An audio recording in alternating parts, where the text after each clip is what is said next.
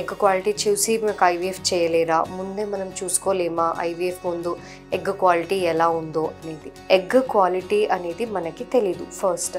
ఎందుకంటే ఎగ్ అనేది it's a very microscopic thing. మనకి నేకెడ్ ఐకి కనిపించదు. మనకి స్కాన్స్లో అవన్నీ కనిపించేటిది పైన షెల్ మాత్రమే. అంటే దాని లోపల there will be fluid and egg.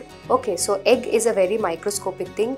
మనం పికప్ చేసి ఎంబ్రియాలజిస్ట్ వాళ్ళకి ఇచ్చినప్పుడు వాళ్ళు అండర్ మైక్రోస్కోప్ చూసి మీ ఎగ్ ఎలా ఉంది, ఎగ్ క్వాలిటీ ఎలా ఉంది అనేటిది చూసి చెప్తారు. సో జనరల్గా ఎగ్ సైజ్ అనేటిది 100 to 130 మైక్రోమిలీమీటర్స్ అనేవి ఉంటుంది. అన్ఎక్స్పెక్టెడ్ ఇన్ఫర్టిలిటీలో చెప్తుంటాం కదా గో ఫర్ ఐవీఎఫ్ అని చెప్పేసి.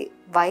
బికాజ్ ఎగ్ క్వాలిటీ అనేది మనకి బయట కనిపించదు, ఎంబ్రియో మనకి మైక్రోస్కోప్లో కనిపిస్తుంది. కాబట్టి once we do the egg pickup మనకి ఎంబ్రియో క్వాలిటీ ఎలా ఉంది, how many eggs we are getting, అసలు ఎగ్ వస్తుందా ఫాలికల్ మనం ప్రిక్ చేసినప్పుడు అనేటిది తెలుస్తుంది.